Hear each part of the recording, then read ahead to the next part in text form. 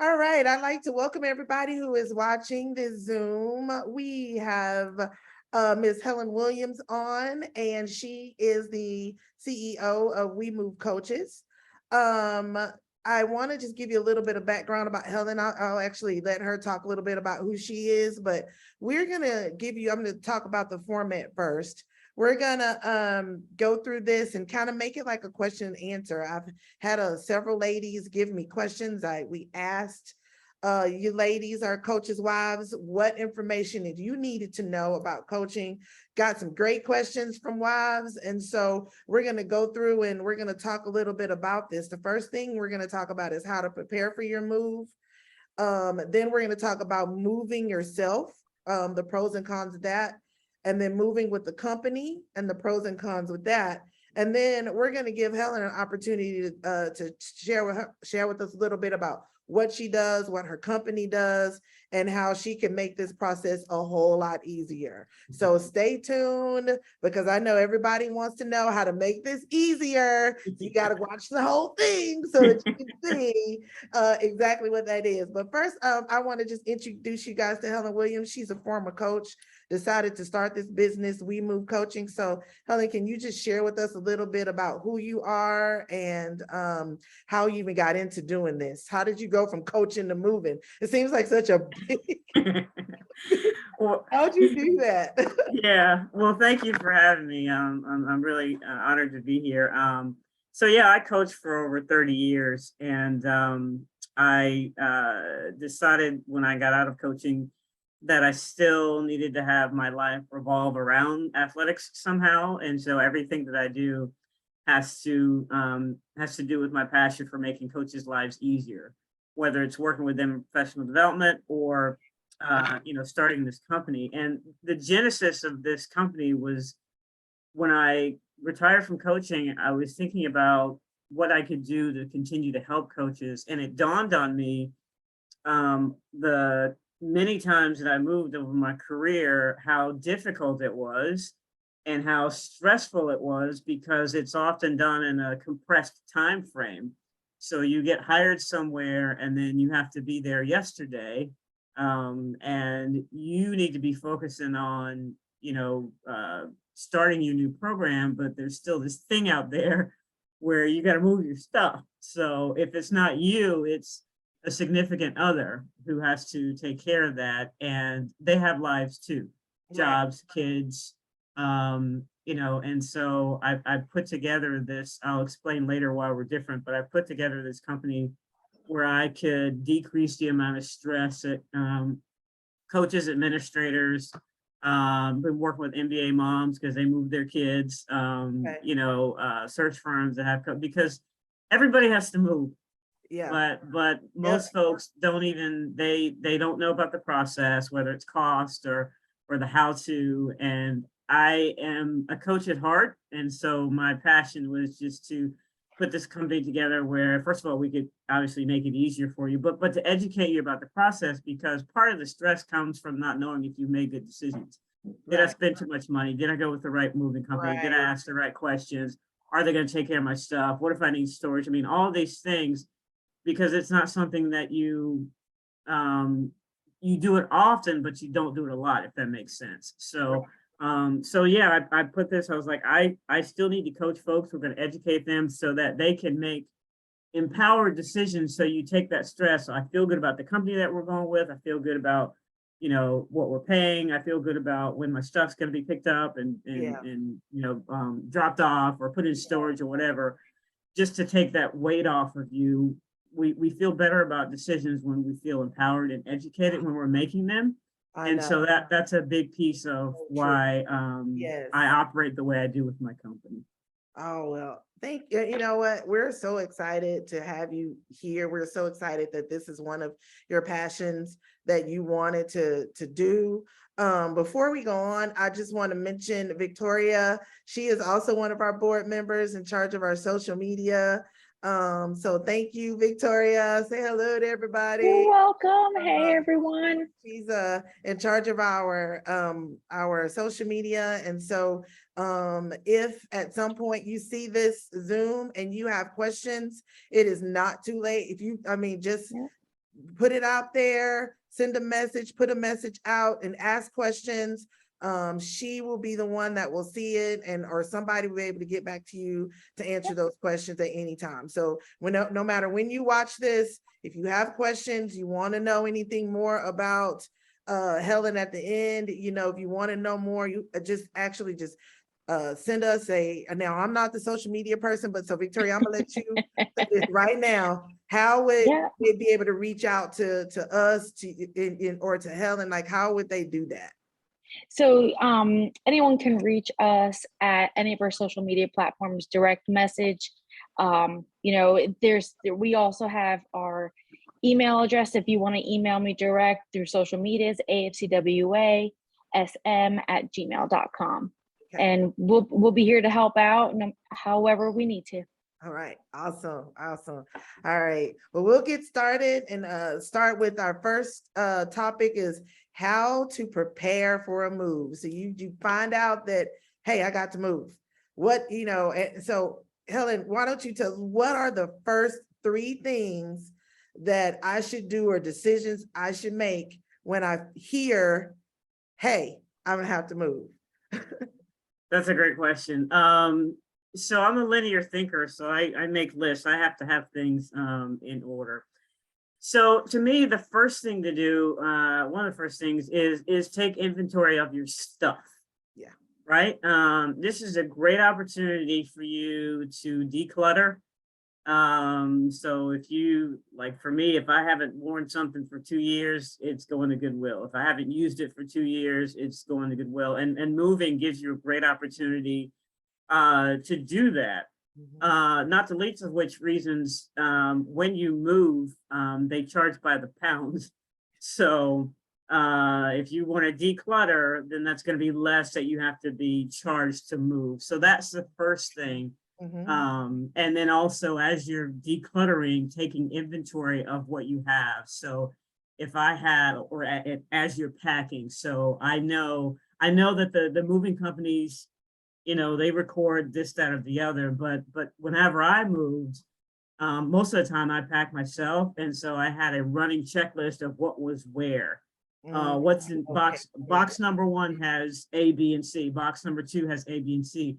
Partly so I make sure I get all my stuff, Yeah. but also just to keep some order. So I know this box has kitchen stuff.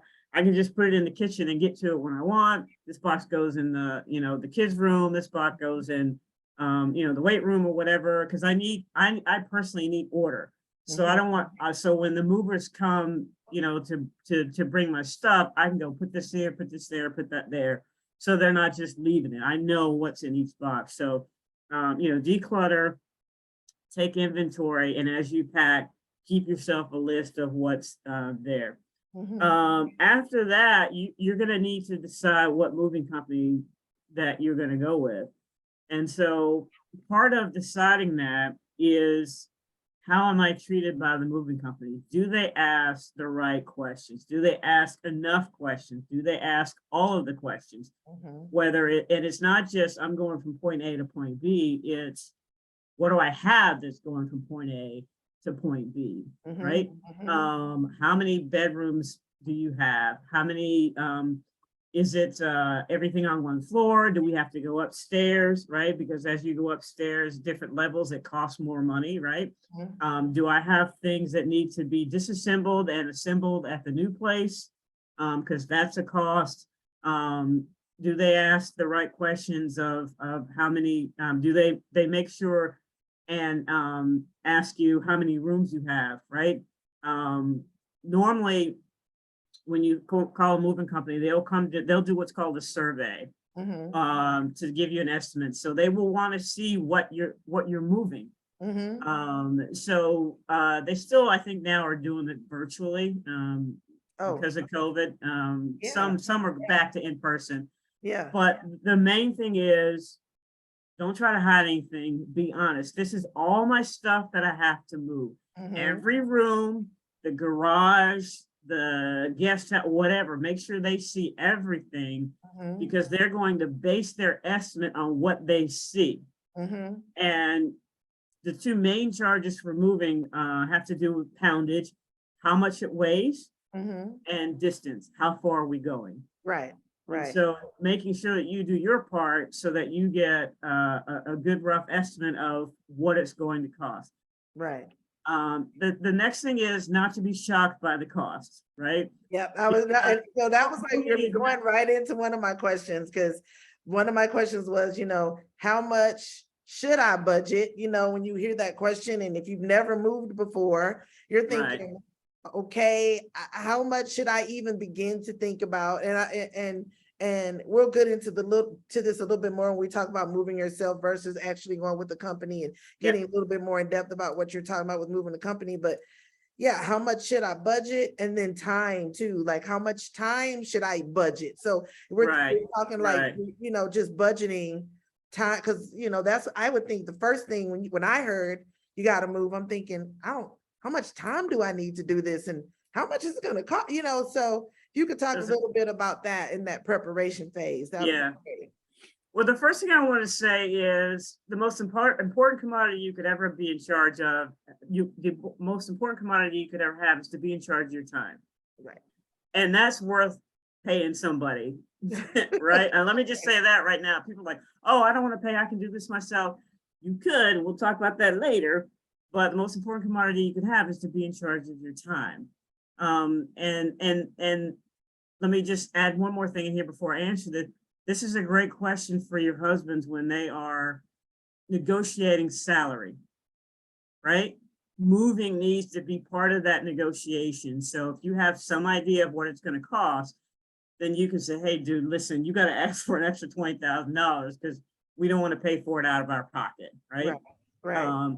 So if you're moving a 5-bedroom, 3-bathroom home, across country, you're looking probably at if you have them packed for yourself, I don't know, $18,000-$20,000. Wow. Right, that's a good guesstimate, right? Again, some of that you can decrease that amount by getting rid of a lot of stuff that you don't use. If you, I had one client who had his own trailer, and so he just went back and forth and took some of the stuff himself, so that would lighten the load that the moving companies would move. So there are ways to save money. You can pack yourself. We'll talk about this later, but you can pack yourself. You can have less stuff to pack. You can take some stuff yourself or whatever. So that is not a hard, fast figure, but based on that's like that's a good estimate from one side of the country to the other, minimum. Right? Let me just minimum. Yeah. Right.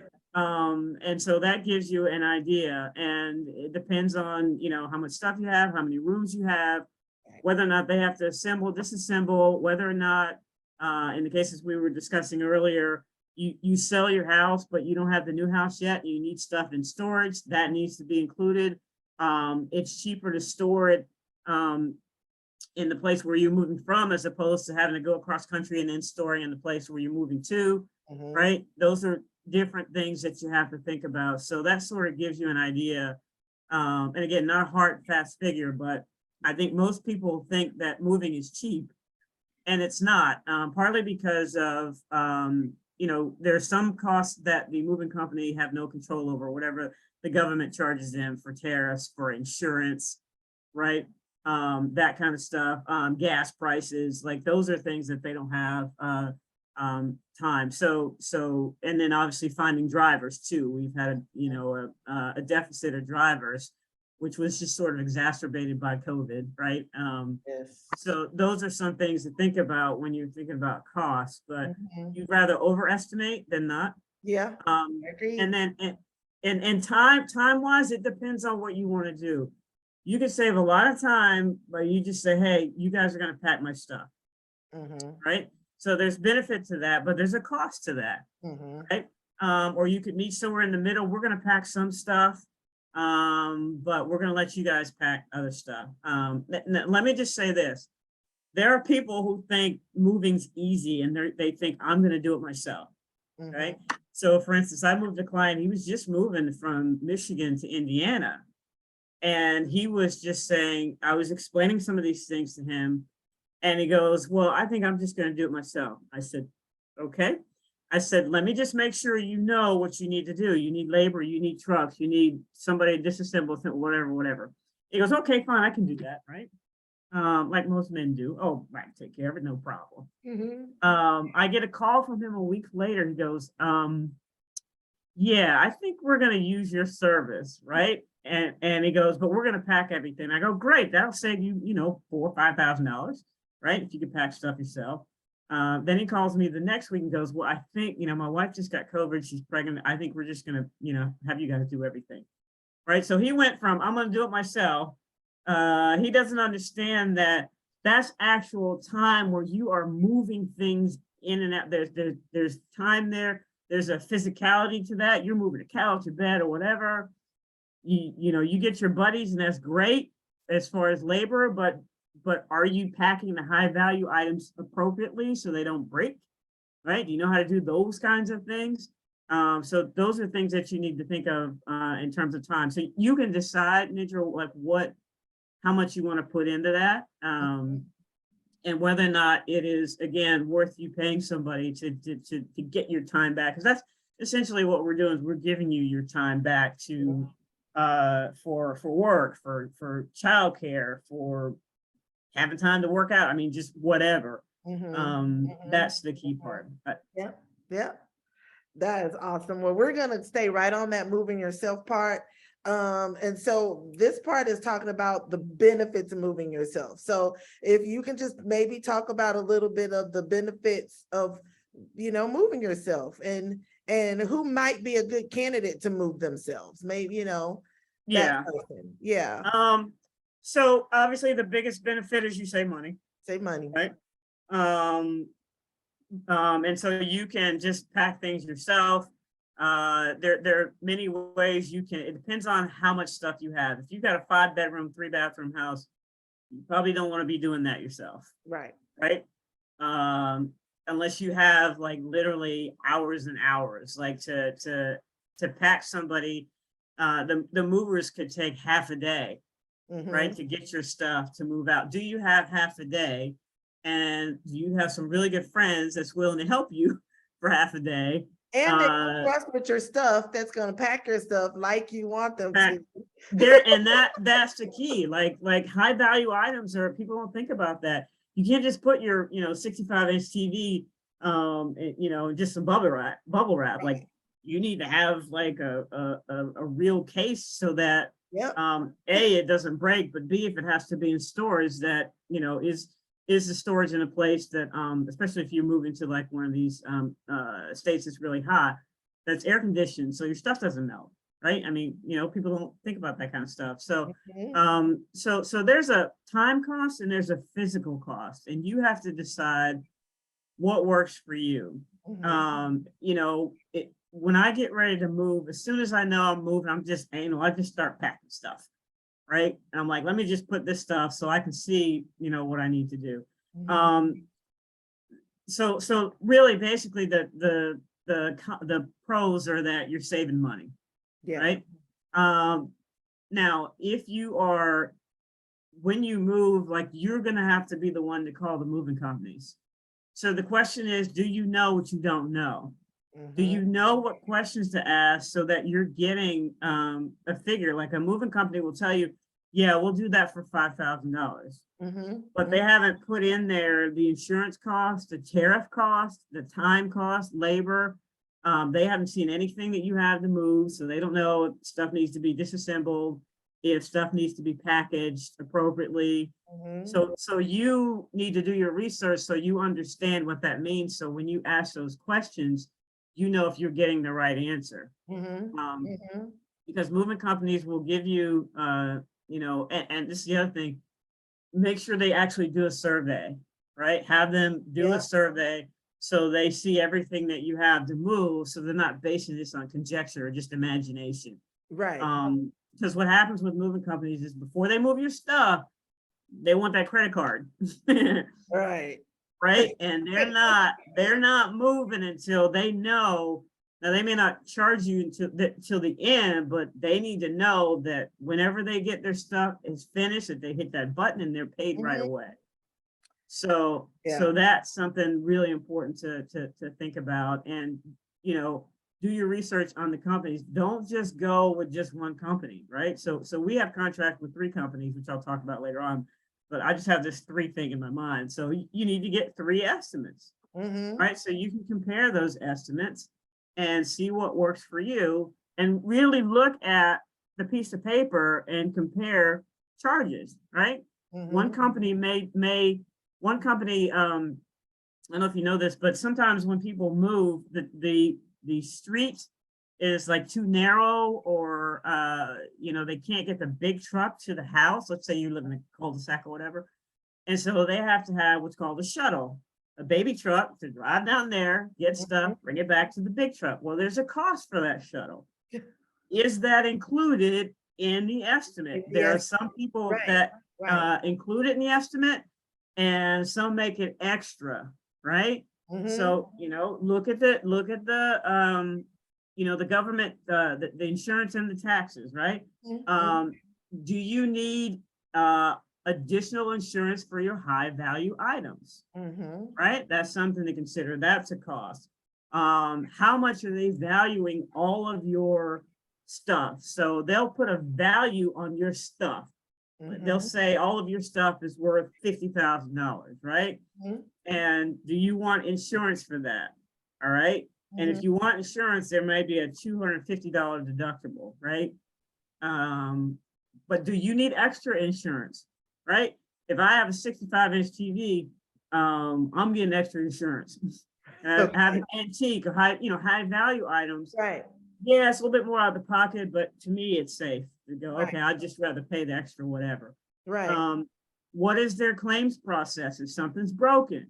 Like, what is the process for, saying, hey, y'all broke my 65-inch TV, so how do I get a new TV, right? That's those things. Is there a cost for that? So those are some of the things that we don't really think about when we're looking at moving. So you look at every area on all 3 of those estimates and compare. Now, let me just say this too. The cheapest option isn't always the best option for you. And we'll talk about this a little bit, but availability is a big thing. And so maybe the cheapest option is, maybe there's a cheaper option, but it doesn't work for you in terms of time. Right. I need to be moved out here and I need to be moved in there at a particular time. So try not to just think about it in terms of money. Think about it in terms of what is best for us in our move. We might be willing to pay another $3,000 or $4,000 if I know I can get something on on a particular day, the availability, and we'll talk about that later too. But that's key too. And so just don't always just focus on, I don't want people to have sticker shock, right? It's not cheap to move. Most people think it's cheap to move. It's not cheap to move. So again, I go back to having your husband negotiate that as part of his contract. Like we need X amount of money to move our stuff. If you really want me, then you need to, you need to come up off another $20,000. Now, that's going to be counted as income. It's taxable, right? When you get that money, but still, you're paying to get your time back. Right. So I really like how you went through and talked a little bit about how to bridge that gap, because I know some of our ladies, quite a few of our ladies are high schools, and their husbands might not be able to quite negotiate stuff, but maybe they get bonuses and those kind of things. So even, thinking about, hey, that bonus might be great to just, maybe buy stuff, but maybe I think, being able to maybe take that bonus and apply to moving, because moving isn't cheap, right? And so really being able to figure out how you could take that and apply, and maybe you don't do the full out 18 or 20,000 move, but being able to figure out where you fall in that, and realizing that moving is going to be costly. Like, it's going to cost you something. You definitely can't, not going to be able to get it done, without some type of expense. And so and assistance. And let me just say this too. this is also a great opportunity for you to just get rid of crap and buy some new stuff. So maybe you just get rid of all this furniture and it's actually cheaper for you to move and buy new stuff where you are, right? Because you have less poundage that's moving, and maybe you want a new furniture anyway, so you can just convince him, hey, that's that's what it is. All Yeah, right. that's great. I never really thought about that because I feel like every move it's the purge, but I never ever once thought about making the claim until I needed to, Yeah, right? yeah, for sure. But and it was you get a crew that goes with a U-Haul truck and they don't care about your stuff, so and then trying to put a claim in, forget it. I'm still waiting two moves ago. Yep. Yeah, for sure. For sure. Now, I want to talk a little bit more about, we talked a little bit about the pros and cons of moving yourself. When you're thinking about how soon should you start this process? Like Great question. timelines, like, I get that I need to be aware of, okay, one, it's going to take time to pack stuff if I choose to pack, but it's also, what if I decide, like the guy you explained, that, yeah, I'm going to pack all my stuff. And then a week later, I come back and go, well, hey, and then a week later, you go, well, maybe. There's a lot of time that's happening in that. And I know that because I've moved before, it might not always have a lot of flexibility between when you decide you want to pack your stuff and then you change your mind. It's a week late, it's maybe 3 or 4 weeks later, Yeah. and the move is coming up to where you want somebody to pack. So we could just talk a little bit about if you decide to use a moving company, when the timing in that and what that part. Yeah, that's a great question. That's, I'll talk about later why we're such an advantage to use our company. But here's the thing: there are peak moving seasons and non-peak moving seasons. Mhm. And the peak moving season is basically when people's kids get out of school through the summer. So even if like your husband's gets jobs in like November, December, and sometimes they move with the family and sometimes they don't. Sometimes they want to wait until the kids get out of school because they don't want to take them out. Or sometimes they go, okay, we're at half a year, let's just go ahead and move. Mhm. So it's going to be more expensive during peak season, right? So from let's say May through the end of August, peak season, less availability, less flexibility. Okay. And also just in terms of lead time for the move company. So if you were to tell me today that you're going to move and you guys are taking another job and you're not moving until December, plenty of time to get stuff arranged, right? Plenty of time to make changes, look at stuff, decide you want to pack instead of not pack or whatever. Most of our companies, we work with 3 companies, and they want at least bare minimum during a peak time 5 weeks notice. All right. And so because they need to schedule their trucks, right? And so they need to get you on the books with it, with 5 weeks lead time. Things can change a day here or a day there, but they need to get you on the books, Now, we've done people in a lot less time, but that's just by the grace of God. I'm just telling you right now. But they need 4 to 5 weeks lead time. In the non-peak season, maybe they don't need that much time because people aren't moving and there's more flexibility, there's more availability, right? The key is availability. Is the truck available to pick my stuff up? And maybe we're not so concerned about dropping it off, but we are concerned about the day that we pick up. Maybe you're closing on your house, right? On Friday, November the 12th, and you've got to get your stuff out on November 11th or whatever, right? And so therein lies your planning, especially on the front end. So you need at least, 4 to 5 weeks time. So once you decide, okay, we're moving from Los Angeles to Atlanta, we need to be out on this date. Now, it may or may not have something to do with whether or not you're selling your house, right? Mhm. I'm a realtor, so I know that it's going to take to close on your house. If you're fortunate with somebody who's going to pay cash, that's probably going to take 2 weeks. If not, it's going to take a minimum of 45 days. Mhm. So you're trying to figure out, like, when is that day where I need to have them come pick my stuff up? Let's say you get an offer on a house and you accept it. You need to look 45 days out. Okay, this is probably 30 days out, 30 to 45 days out. This is the day that we need for you to pick our stuff up. Mhm. Storage and drop off, that's, you can work with that. But the key is when you need to be out of the house. So you need to really work with your realtor. And that's the second thing you need to do is, okay, are we going to sell our house or are we going to keep it? Because Mhm. that's going to determine your timeline too, of Mhm. whether or not you need to, when you need to move out. So peak season, a Mhm. lot less flexibility, a lot less availability. Mhm. So if you're going to do this on your own, you need to get hopping, Right. and figure that out. If you're going to move in January or whatever, probably don't need 5 weeks, right? Mhm. But if Mhm. you're going to wait till because no matter the profession, when people move and relocate, everybody waits for their kids to get out of school. Yeah. Yeah. Yeah.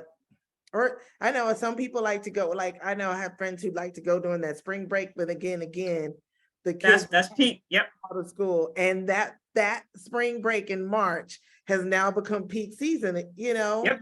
because everybody just wants to do it right around the time the either transition during the spring break time with coaching. That's the time that our spouses have that, because they're working seven, in football for our, I say in coaching in football. Our husbands have that, just that spring break, they have that week off. And so now everybody's trying to get there, and you're right, it has become peak season now for spring break. Yep.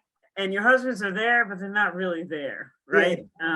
Because they're worried about this recruit they're supposed to call or whatever. And that's the thing with football. I know that coaches uh start getting well, Jesus, there's 5 Power 5 coaches that have gotten fired already. And And yeah. I was saying to somebody the other day, the best retirement plan is to get a Power 5 job and get fired after the first 2 years, because you're gonna get all your money. But typically, November is right around when they start making those changes, and then I think they have a recruiting time in December, and then January and February are pretty high recruiting times or whatever. So they're busy basically November, December, January, February. Like I know for sure they don't have time. So even though they say they're going to be there with you in spring, Yeah. they're there, but they're not totally there. Absolutely. So, Victoria, if you wouldn't mind, your perspective is a little different because you guys are in high school, and maybe you guys don't move as often, but it does happen. And so, can you think of any challenges that you faced at your level with regarding to moving? How have you handled it? Have you moved before? Can you just share with us a little bit about what it's been like to move? Because at our level, for some those ladies you don't know, my husband is a D1 coach, and so they do offer moving stipends, and they offer those things for us to be able to pay people to do it. And even at any collegiate level, usually there's something. It might be just maybe a bonus, a small moving location bonus, all the way up to a full paid deal. And so, but I know that high school is not the same. So if you can maybe share with us just a little bit of what your experiences are and what your challenges might have been as well. Sure. Um, we have moved quite a bit. Um, we've actually done, I want to say it's 7 moves in the last 10 years. Wow. So we've been places. Um, and unfortunately not, when it comes to at the high school level, they are teachers first, coaches second. And coaching stipend doesn't always cover a move. you know, so our biggest move was from New Jersey down to North Carolina. Well, actually, we've done from Florida back to North Carolina. So, and they have, you know, come out of pocket. As far as time wise, you know, my husband's been fortunate enough to uh, work with the athletic department a little bit, and we have moved in the middle of the school year. That's typically so. Like our lease is up here at this apartment in February. Mhm. You know, so and for us that's like sweet spot time because you know February is right after convention and you know football season's over. We haven't started spring conditioning just yet. Yeah. You know, so that's February, March time is typically when we've moved before. But I would love, you know, to get an extra bonus or stipend, you know, but that doesn't happen at the high school level, not at least here. Maybe in Yeah. Texas, you know, because everythmon's bigger in Texas, so who knows? Um, But you but know, yeah, here's the thing. Athletic departments have money for what they have money for. that is very So, true. you know, football is going to be like, whether we like it or not, the main thing. Right. And so there's a booster or somebody, like a booster club or Mhm. whatever. And it doesn't hurt to at least ask the question. If they say no, they say no. Yeah. Right. But then how much do you really value me? How much do you really want me Right. here? Then I need, okay, so if you can't give me 20,000, what can you give me? Right. Right. So it behooves you to at least ask the question, because every football program has a booster Right. group, and there's Yep. always Yep. some dude or some woman who can write a check if they really wanted to. So Right. That's it's a really That's a good great, point. yeah, it's that's worth a asking great the point. question. I don't think you Yeah. ever think about that. You know, you run Nope. those booster clubs, but you're right. Some It's booster worth clubs asking the question. are huge. Yeah. Yeah. And Yeah. And I know, you know, for a head job, you know, I could definitely see that. For assistant coaches, you yeah, know, anybody, likely But not, but still you ask the know, question. You know, heck if yeah. your Yeah. head coach wants you, hey coach, can you go? Can you do something for us? You know, yeah. every little bit helps. And then Absolutely. two, the other thing is, you know, you may want to consider as a high school coach, uh, just having some money under the mattress, just having a savings account for moving, Hmm. right? If you know you're not at your forever place, just, hey, we're just going to take this, we're going to put it there, we're not going to touch it. So when the time comes, we don't have to worry about, you know, we already know how much it might cost. We don't have to worry about at least all of it. We've got something, right? And then, like my mother always had money my father didn't know about. So but together you guys go, hey, you know, if this is something we're gonna do, and we've agreed that we're probably gonna move, you know, several times, let's go ahead and set up this fund where we can just take some money and put it in it. And when the time comes, we don't have that stress about having to pay for a whole move. Mhm, Yep. mhm. That's a great point. That is a great point. Well, Helen, I want to give you this time just to talk a little bit about your service and what you do and how you make this whole process so much easier. And why, you know, we want to just be able to because it sounds like a lot. I mean, from the moment you got to move, you know, you start thinking about, okay, I got to get boxes, got to get tape, I'm going to do this myself. And then you kind of get involved in it and you get in it and you go, oh, this is, you know, too much. I have too much. I've been working on this 2 months and I still haven't called anybody. And so now you're frustrated and pulling your hair out. And so can you just pull it right there as to Yeah. how you can grab hold and make this thing just go a whole lot smoother for us? Yeah. Before I do that, let me just make one point though. If you're gonna move yourself, don't buy your supplies from the moving company. Don't buy it from a storage place. Go to Lowe's. I did it myself. You can get boxes for like literally $2 a box. The Okay. smaller ones or the bigger ones, right? So $3 or $4 and you have your own. There's boxes there. There's packing tape there. There's bubble wrap and that white stuff that they put. Like that's all at Lowe's. Right, right. So go to Lowe's to get all of. Even if you decide you're going to use a company, the more you pack yourself, the better. Okay. But they charge you for every box, every piece of tape, every But Lowe's has a great moving department, and it will save you so much money. There's a, you can get things to wrap your mattresses in.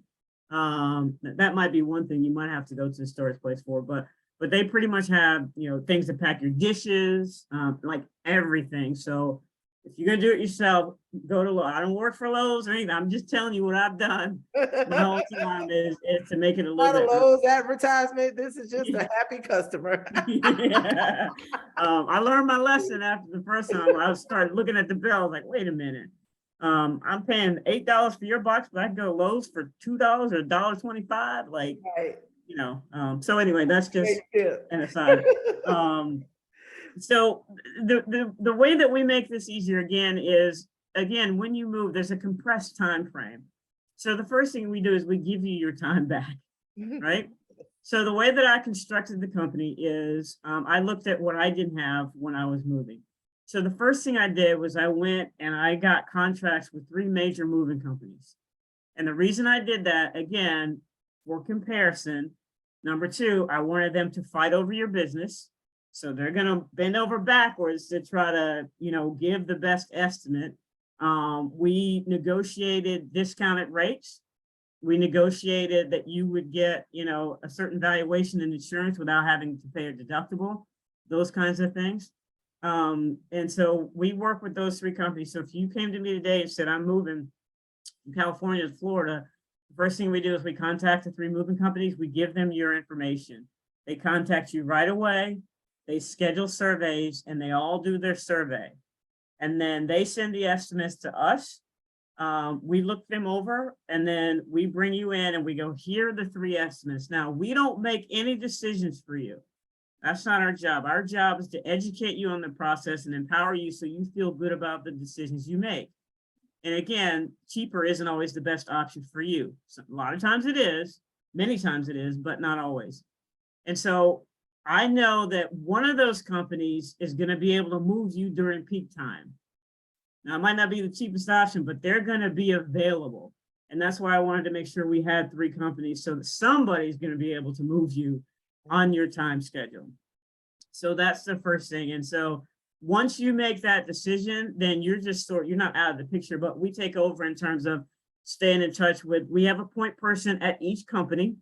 And once you decide which company you're going to use, Rachel handles a lot of this. She goes back and forth with the company, making arrangements, reminding you, hey, you need to be here at 2:00. Just be there, let somebody in, then you can leave, or if you have a family member, or in a bigger case scenario, maybe neither of you can be there and neither your family can be there. And so you can pay us to be there in your stead. Right, in your place, for move out or for pickup, right? Okay. So that's how that process works. And then once you decide, they come move your stuff, and whether or not you need storage or not, that's all negotiated and it's upfront price. If you have this one full estimate, we've gone over it, exactly, we've gone over it line by line, and you know why something costs something. Now you're gonna forget after we're done, and that's fine. But in the process, you feel good about the decision that you've made. Right. And so I think that allows you to feel like you're getting a good deal. You're going to get good customer service, and you have somebody that's looking out for your best interest. You don't have to answer every phone call. You don't have to be concerned with the minutia of moving. You make the big decisions, and then you go on and do what you need to do. Your husband goes and starts implementing his culture, for the new program. You decide, how much you're going to be involved in the process, packing or unpacking, right? So that's the first thing. The second thing that we do, no one ever really thinks of the trailing spouse. And so I thought they have lives too, right? And so I partnered with Flex Jobs so that if you decide you want to make a change, or you need to look for a new job, a job in your new locale, you're entitled to a free 1-year membership with Flex Jobs. So you can make a career change. They can help you with your, resume, cover letter, their webinars for how to get jobs, how to interview. There are many things that you can take advantage of. And that's courtesy of us, a free 1-year membership, because I felt that was really important to consider the spouse And whenever I talk to athletic departments, I'm like, listen, you know how they say happy wife, happy life? I'm telling you right now that it is of value, it's value added to your department to use us, because you're showing your employees that you care about them beyond the job. You care about, reducing that stress in terms of the moving process, right? And then also, there are lost productivity days when people are dealing with moving. So I appeal to the athletic department's bottom line. Like the average time of lost productivity is like 15 to 20 days when people are trying to move. So if you don't want to lose that 15 to 20 days, and in our profession, it might be, the recruiting 15 or 20 days. It might be less time they have to make a phone call, reach out on social media, write a letter if you're old school, be there for a kid that's coming for an unofficial. Like, those are important things. And so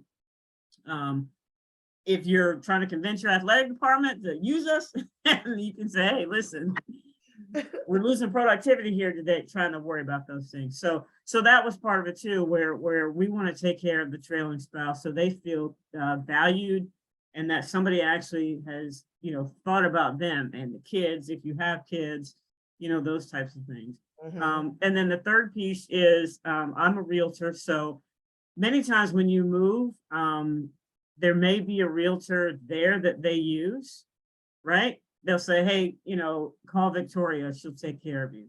And not that that's a bad thing, but does that person, are they really asking the right questions? And are they going to show you the properties that work for you? Or are they going to show you properties that they really want to sell that works for them commission-wise, right? And so I'm a realtor with eXp Realty. We're all over the country and we do everything virtually. So if you were to tell me that you were moving to Miami, Florida, and you needed a realtor, I would find that the 3 realtors, again, at number 3, we would interview those realtors via Zoom, and then you decide which one you want to use because you've asked the right questions and you feel comfortable with that person. Then I'm out of the picture, right? Because I can't sell real estate outside of Georgia. But that at least puts your mind at ease. And I've got a person during this time period. Again, you don't lose productivity because you have somebody working on your behalf, which I think is really, really important. And then the last thing I'll tell you that I think, separates our company is we have, myself and Rachel, we have actually experienced this. We have gone through, we have a visceral understanding of the moving process. Now, I, as a coach, moved a gazillion times over 30 years. Rachel is actually a former player of mine, so she understands sports. But Rachel just retired from the military. Rachel has moved over 30 times all over the world, not just this country, but all over the world. So when I tell you she has a system, like, I'm learning stuff from her every day. So, she brings up, like, you guys have, oh, I never thought about that. Well, she'll say, Coach, we got to think about whatever. I never thought about that. Right. Whether it's moving a car, like she's had a car shipped from Germany, right? So she was explaining to me the other day if it needs to be covered or uncovered because the salt from the seawater gets on the car and messes up the paint. I'm like, I would have never thought about that. Right. And so she's very meticulous, but we both know what you're dealing with. We have a visceral understanding. And I think that's what separates us. Yeah. When I created this company, I wanted a holistic, comprehensive approach to the moving process so that when you move and you're done, you're like, okay, that wasn't that hard, right? I know we had to make some decisions, but they took us through it step by step, and I feel good about the process. Maybe I wanted to pay a little less, and I'm ended up paying $20,000 instead of $15,000, but that $5,000 was worth it. Right. Right. So that's how it works for us. And then, in terms of cost, what we charge is 20% of the move, right? To put all that together for you. So if your move was $10,000, then our fee is going to be $2,000. And we charge $1,000 down payment to get started. And then we don't charge you for the balance until the move is actually completed. So that gives you an idea of how we do things. Does that make sense? Any questions on the process? I don't have any questions. Victoria, do you have any? No. I think that's great. Where you been, girl? I know. Well, and see, here's the thing. Like, this is, it's not an easy concept, but it makes sense. And when I started looking around, I was like, why is nobody doing this? Because this is done for corporate people. Why are we not doing this for coaches? Why are we not helping them? Coaches, administrators, like I said before, we've had some dealings with NBA moms because they moved their sons when they're rookies. Like they don't do all that stuff. And so it just made sense to me. But I also didn't want to just. I also again wanted it to be comprehensive. Well, I've thought about everything that I did not have when I was moving. How can I educate people? How can I incorporate this into our process so that people feel less stressed? It's one of the most daunting tasks you will ever have your whole life. Everybody hates to move. So the easier I can make it, the better. And again, the less stress you and your family have. Yeah. Well, Helen, thank you. I think you have really done an amazing job helping all of our wives, from wherever you are in your life, wherever you're coaching, whether you're coaching, high school, whether you're coaching D1 or NFL. I think you really helped out a whole lot just to explain the process, explain what we should do, what we should think of. Like we stated in the very beginning, if you have any more questions, if you think of something else, you can definitely reach out to us via our social media page, a direct message. Helen, how would they get in touch with you if they wanted to maybe get a little bit more information about what you do and your company? What would they do? A couple ways. They can just email me at info@wemovecoaches.com, or they can go to our website, wemovecoaches.com, and they can just look at the things that we do. And if you, there's a questionnaire on there that you fill out, and we get that. And in terms of the specifics of your move, and then, we'll give you a call to make sure that we've got all the questions answered and help you understand the process. And then, when you decide whether or not you want to go with this, then we just start the process. So, or they can obviously contact you. You have my information. And I'll give my cell phone number. It's 609-548-0718. I'm happy to, answer any questions. And I'll just say now, I don't pick up the phone if I don't recognize the number. So leave a message. If you don't leave a message, I'm blocking the call. Oh, that's great. Well, thank you so much for being Absolutely. with us. We just really appreciate you, and we definitely look forward to having you on again. We want to do this again at some other point as we get more Anytime. questions. And we would love to have you on again. But thank you so much. Absolutely. Yes, thank you, Helen.